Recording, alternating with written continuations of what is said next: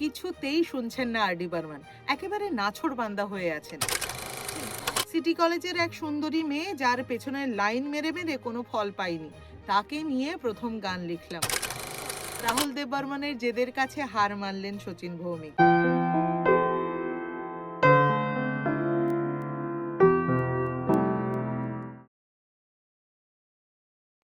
কিছুতেই শুনছেন না আর.ডি. বর্মন, একেবারে নাছোড়বান্দা হয়ে আছেন।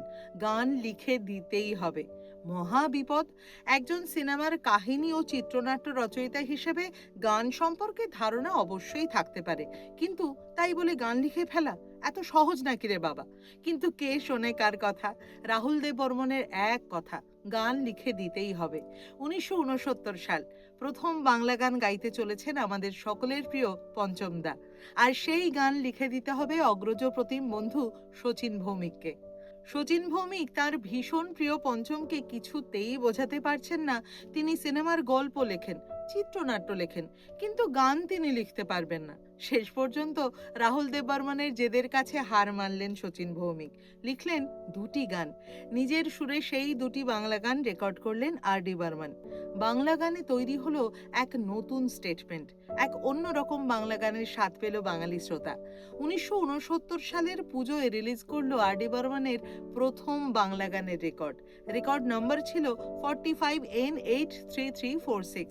রেকর্ডের দুটো গানই হলো সুপারহিট। একটি গান ছিল ফিরে এসো অনুরাধা। এটা ছিল শচীন ভৌমিকের লেখা দ্বিতীয় গান। কোনটি ছিল তার প্রথম গান? শচীন ভৌমিক ছিলেন কলকাতার সিটি কলেজের ছাত্র। কলেজে পড়াকালীন তিনি এক সুন্দরী মেয়ের প্রেমে পড়েছিলেন। এই ঘটনাটির স্মৃতিকথা লিখতে গিয়ে শচীনবাবু বলেছেন, সিটি কলেজের এক সুন্দরী মেয়ে, যার পেছনে লাইন মেরে মেরে কোনো ফল পাইনি, তাকে নিয়ে প্রথম গান লিখলাম। শচীন ভৌমিকের লেখা প্রথম গান, যেটা রাহুল দেব বর্মনের গাওয়া প্রথম বাংলা রেকর্ডেরও গান, পরিণত হলো এক আইকনিক গানে। সিটি কলেজের সেই সুন্দরী মেয়েটির নাম ছিল ছবি রায়।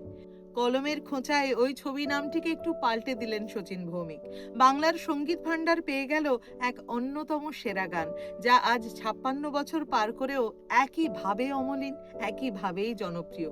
আমি সেই গানটার দুলাইন গাই, আজ আপনারাও ওপার থেকে আমার সঙ্গে একটু গুনগুন করুন। আমি জানি আপনারা বুঝেই ফেলেছেন কি সেই গান। সেই গানটি হলো, মনে পড়ে রবি রায়, মনে পড়ে রবি রায়, কবিতায় তোমাকে একদিন কত করে ডেকেছি। আজ হায় রবি রায়, দেখে বলো আমাকে, তোমাকে কোথায় যেন দেখেছি। মনে পড়ে রবি রায়,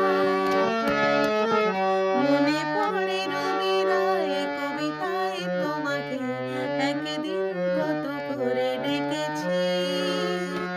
আজ হায় রবি রায়, ডেকে বলো আমাকে, তোমাকে কোথায় যেন দেখেছি। মনে পড়ে রবি রায়।